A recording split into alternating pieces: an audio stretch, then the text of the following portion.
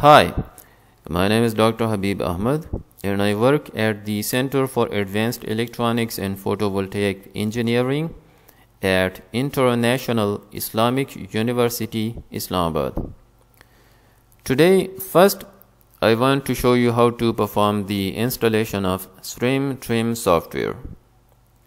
Later, I'm going to focus on some basics related to ion implantation. And finally, I'm going to show you how to perform the simulation of ion implantation of various materials, or we can call them substrates or wafers as well, with different kind of dopants. So let us start with the installation procedure of SRIM TRIM software. SRIM TRIM was originated in 1980s. And with the help of this software, we can perform the simulation of ion implantation of various materials with different kind of dopants. Initially, it was called TRIM, or the transport of ions in matter, and later it was renamed to SRIM, which is stopping and range of ions in matter. And with the help of SRIM TRIM software, we can calculate the interactions between ions and matter. So let us start with the installation procedure of SRIM TRIM software. I have already compiled a document in this regard, and I'm going to post these instructions into the comments as well.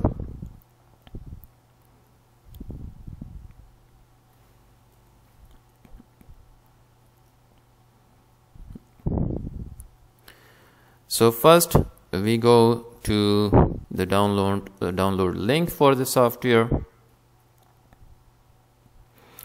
and after that we click on SRIM 2013, the standard form, in order to download the file for the installation of the software. Click on keep. We go to this folder.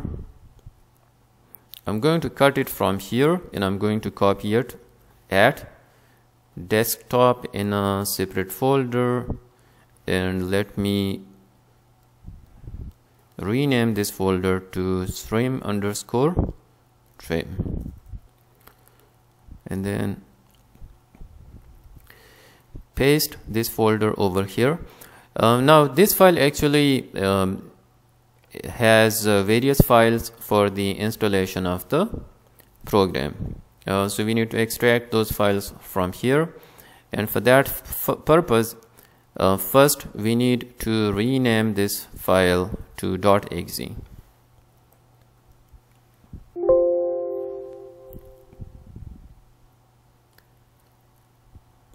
And then we double click on this, click extract,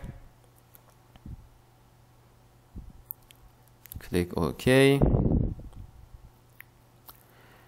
Now for the smooth running and execution of the SRIM TRIM software, we actually need to copy certain files and to register those files into our Windows. And for that purpose, we need to try different kind of attempts or procedures. So there are various ways. If one way does not work, you can go ahead and move forward and try with the second way. So there are various kind of steps to make sure for the proper execution of the software. And for that purpose, first we go to SRIM setup. We run auto setup as an administrator to see if those files are going to be copied and installed automatically. So this method did not work. Now we go ahead with the second step. So we click on this file and just right click on this, click run as administrator, click on yes, and hit enter. Hit enter once again. So it's going to install various files. It's going to say that it has completed the installation successfully We hit run once again so that the other files are also installed successfully.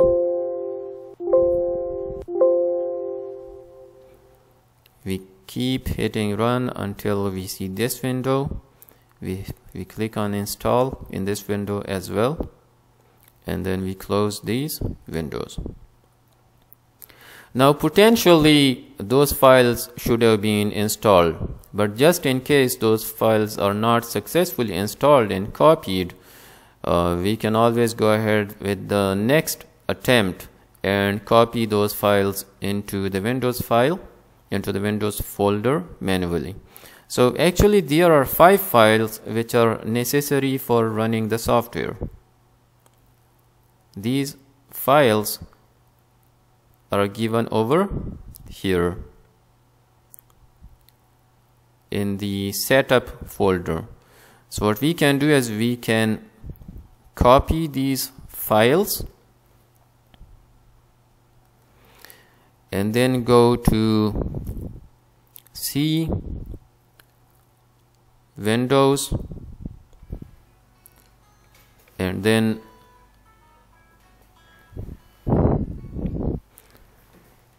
find a file, this one, and just paste them over here. Well, these files already exist, but we can still replace them in the destination folder. Now, although we have copied those files in the destination folder, but in spite of that, these files need to be registered into the Windows for in order to perform the simulation of the software. And for that purpose, we need to go to command window. So type cmd in the search window, right click on this, click on run as administrator, hit yes, and go to the installation instructions. So instead of typing the entire command, I can just copy them and paste them into the command window and hit enter. So the first one is successfully registered. We are going to repeat this step for the other files as well.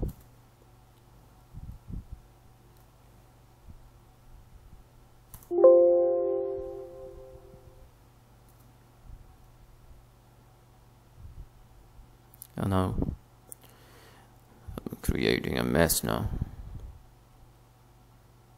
That was not the intention.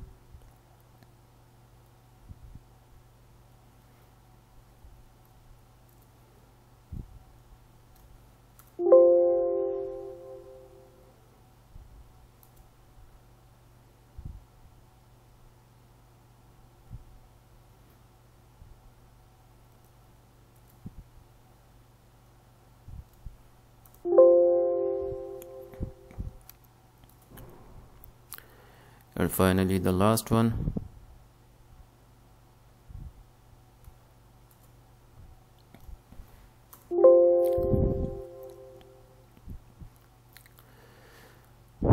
And after this step, we should be able to smoothly run the software now. In order to run the software, we double click on this icon and we click on trim calculation. So the software has successfully installed. Now I want to move ahead to talk about some basics of ion implantation, and after that I'm going to show you how to perform the simulations of ion implantation for various materials and dopants. And I don't want to go into the details of it, but ion implantation is a procedure or technique for the introduction of impurities into semiconductors.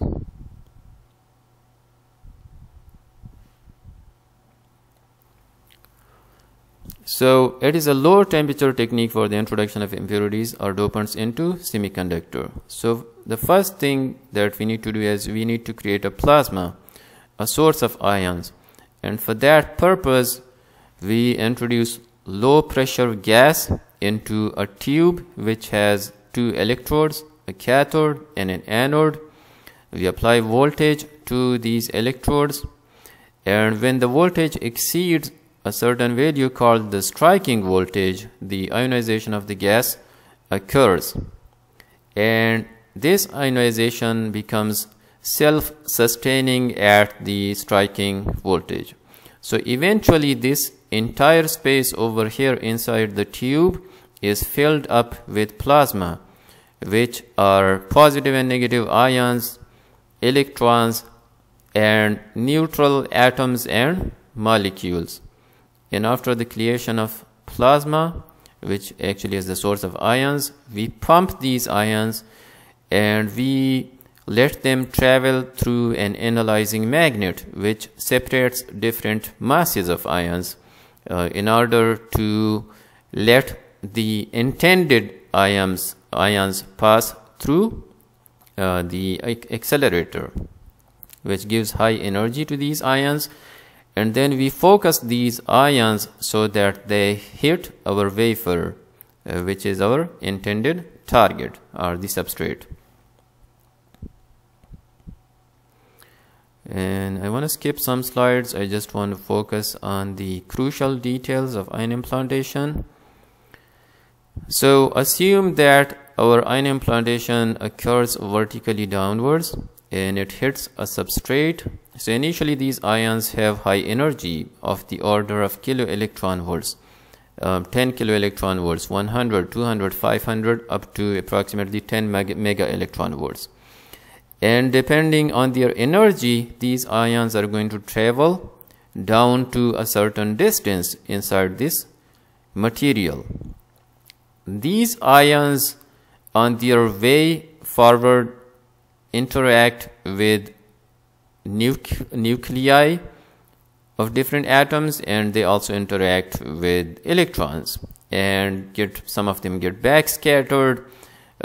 They also lose energy in this process, and as a result of constantly losing energy by interacting with different atoms and electrons, they are going to stop at a certain point. So these ions actually have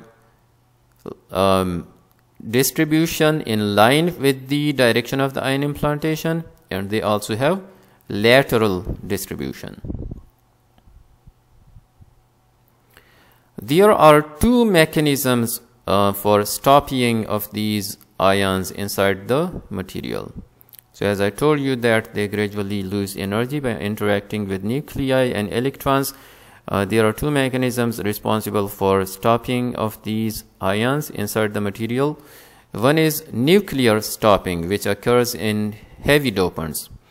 So the ion scatters as it encounters the positively charged nuclei, and in this process they can damage the substrate as well and introduce a lot of impurities in the process. Interstitial impurities, substitutional impurities, and voids, etc., vacancies, etc. The other mechanism is electronic stopping, in which the positively charged ions are slowed down by a cloud of electrons, and excitation of these electrons occurs, resulting in heat as well. So electronic stopping occurs in light materials, for example hydrogen, for which the atomic number is 1 and the atomic weight is 1 as well. Another example of electronic stopping or light material is boron, for which the atomic number is 5 and the atomic weight is 11. Ion implantation, which results from electronic stopping, actually can travel deeper into the material. On the other side, nuclear stopping occurs for heavier materials. For example, for arsenic ion implantation, arsenic has an atomic number of 33, an atomic weight of 75. So for heavy dopants, nuclear stopping occurs, and heavy ions travel shallower into the material.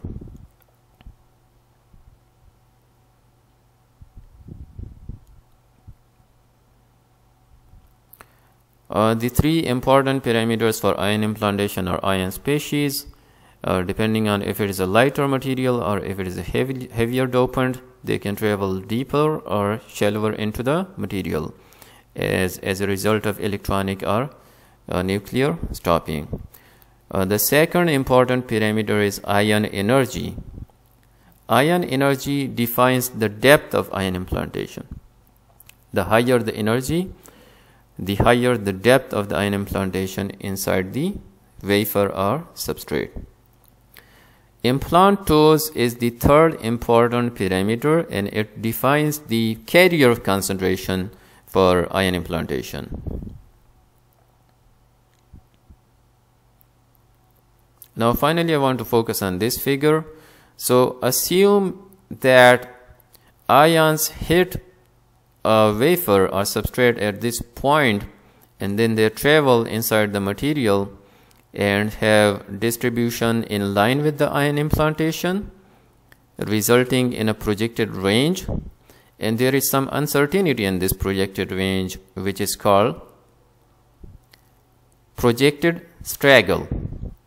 And also because of back scattering and interactions with the nuclei of different atoms and with electron clouds, they can have distribution in various directions.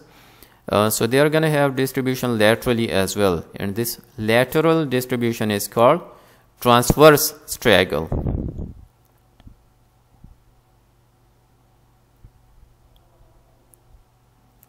Okay. So now that we have talked about the basics of ion implantation, I want to run the software by double clicking on this icon, and then we click on trim calculation. So initially, suppose I want to perform the boron implantation of silicon. As we know that boron implantation of silicon results in p-type silicon, and for that purpose we define a layer, and we can name this layer. So assume I name this layer as p-silicon, and just click over there and select the material. So once again I'm going to close this and show you how to do this, because I sort of did it quickly, so now I want to do it slowly so that you all can follow me. So I have named this as p-type silicon, and assume our wafer is silicon. We have control over the thickness of the substrate. Let us set its unit to micrometers. We have different options, and I'm gonna set the thickness of the wafer to 2 micrometers. Although our wafers have a thickness of around 300 to 350 micrometers, but in order to see the distribution of the ion implantation, I have set it to 2 micrometers. Now we can set the dopants from here. So click on this, and I'm gonna select boron initially. It's going to automatically set its atomic number and atomic mass unit, and let me set its energy to 250 kilo electron volts. We also have control over the angle of incidence. I'm gonna set it to 0 at this point.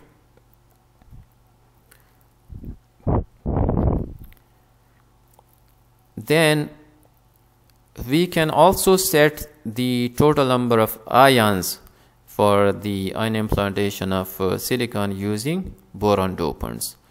But if I set it to a really high number, the program is going to run forever. So I'm just going to set it to 500. And this is an auto-save option, which says that it's going to auto-save it, auto-save the file when it reaches 500. I can also set it to 100, 200, or some other number. And then I want to look at ion ranges, back scattered ions, transmitted ions, the sputtered ions, and to collision details as well. So now we are all set to run the simulation. Click over here. You can see the progress over here. Now it's around 60, 70 out of 500 ions, and you can see that these ions are entering the material. Some of them get backscattered, some of them travel in the forward direction, some of them are deflected to the sides, resulting in distribution of these carriers inside the material. The material depth is given over here. Here is our 2 micrometer unit. We are almost there. Yeah, we got to 500. I don't want to save the data. I'm just gonna close these. So now you can see the distribution of these ions inside the material. And if you want to have a better picture of this distribution, you click on ion distribution. So from here we see that our ion implantation range is 6845 angstrom, or 684 nanometers. Our projected straggle is 114 nanometers. And we can also have an idea about the lateral range. So here we can see the projected straggle, which is given by the blue area, and the radial straggle, which is given by the red area. The projected straggle is around 100. This is in angstrom, so 1000 angstrom are around 100 nanometers. And the transverse straggle is around 200 nanometers. Similarly, we can look at other parameters as well. For example, we can look at the 3-dimensional distribution of this ion implantation, and we can smoothen the data as well. And then we can rotate this in order to look at this distribution from different angles, right? So I'm going to close it. So I'm going to remember this number, that with an energy of 250 kiloelectron volts for boron ion implantation of silicon, my range is approximately 680 nanometers. So now I want to see what happens if I double the ion implantation energy.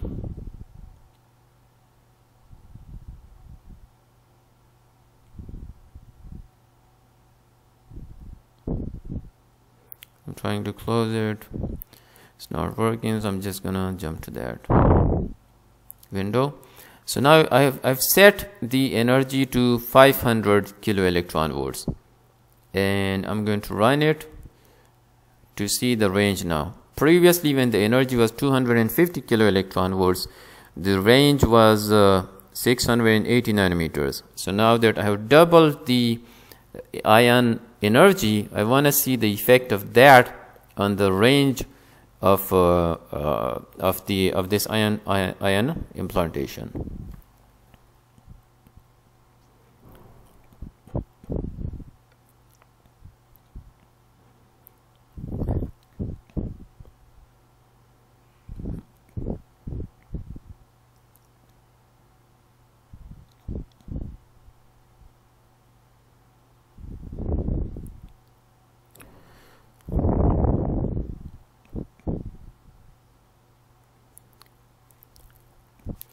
Okay, so when I click on ion distribution, I go to this figure which automatically gives me the ion range.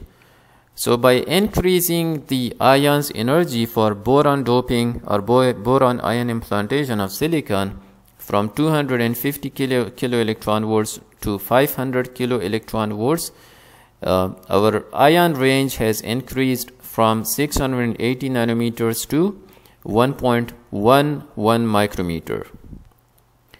Also, we previously discussed in the lecture slides that lighter material result in electronic stopping, and lighter material can travel deeper into the wafer, or we can call it into the substrate.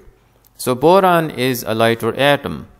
At 500 kilo electron volts energy, its range is approximately 1.1 micrometer. And similarly, we discussed that heavier ions, for example arsenic, result in nuclear stopping, and we also discussed that heavier ions travel shallower into the materials. So now we know that in case of boron, at an energy of 500 kilo electron volts, our range is 1.1 micrometer. Now I want to see my range of ion implantation with arsenic to make sure that arsenic results in shallower ion implantation as compared to boron, because arsenic encounters nuclear stopping.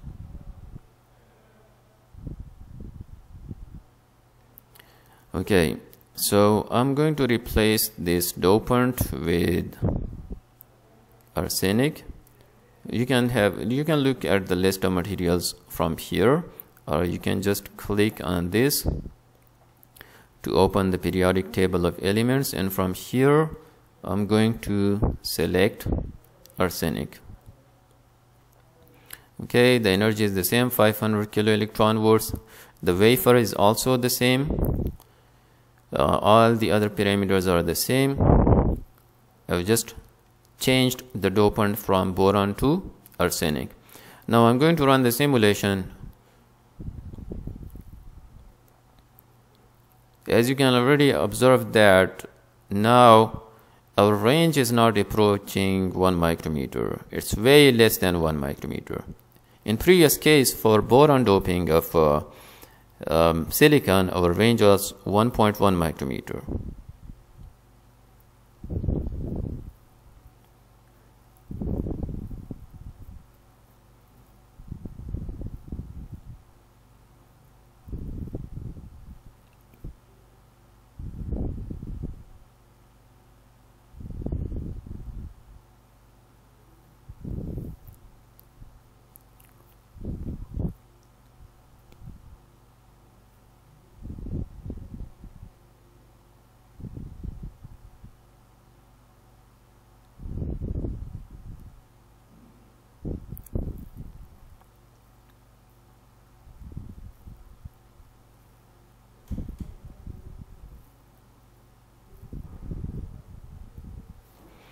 We are almost there. We can see the progress over here. I don't want to save the data. Continue without saving. And in order to look at the range of ion implantation, I click on ion distribution. So from here you can see that the ion range is, this is in angstrom. So in nanometers it's 327 nanometers.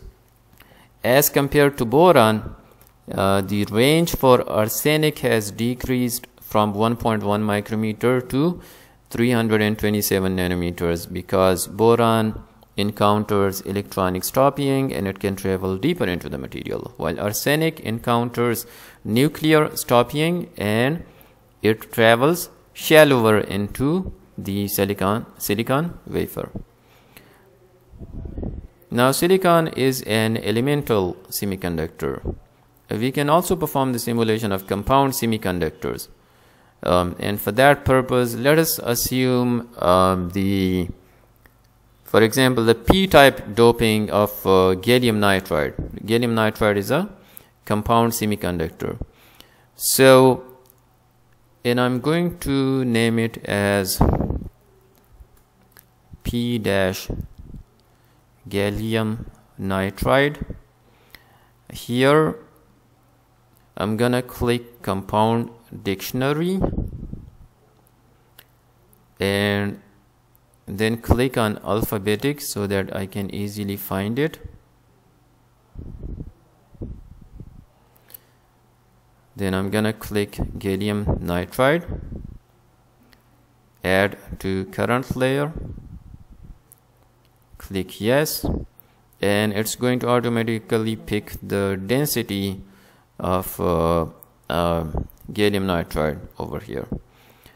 Now the goal is to dope this, to perform the ion implantation of gallium nitride with magnesium, because magnesium acts as a p-type dopant for gallium nitride.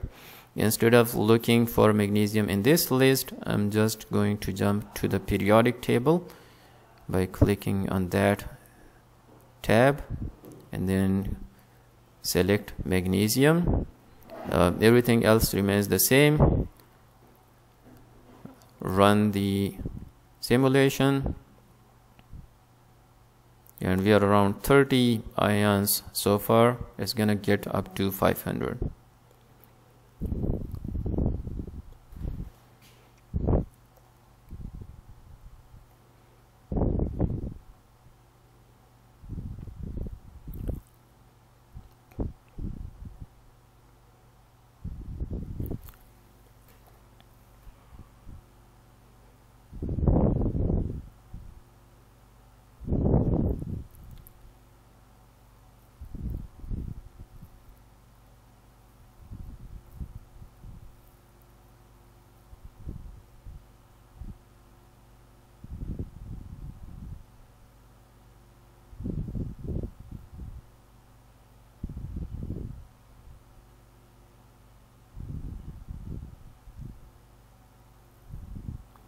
We got up to 300. Still gonna take some more time.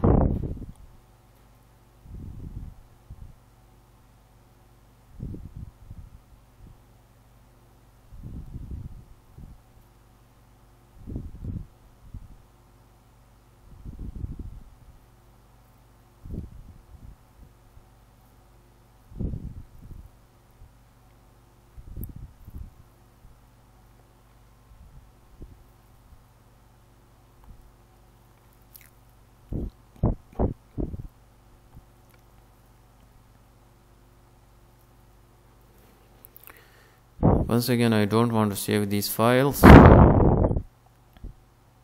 Continue without saving. And I want to look at the ion distribution. So in this case, my range is 526 nanometers.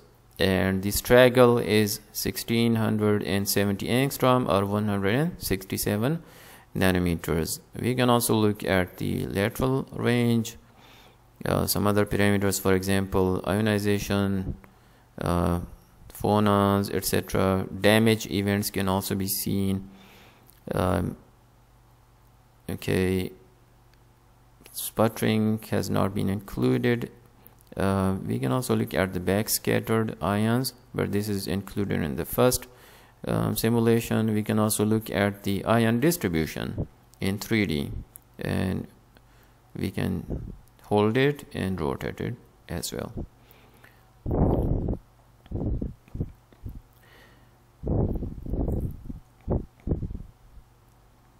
So this is how we navigate through the SRIM TRIM software. I hope that this session was informative for you. Take care. Bye.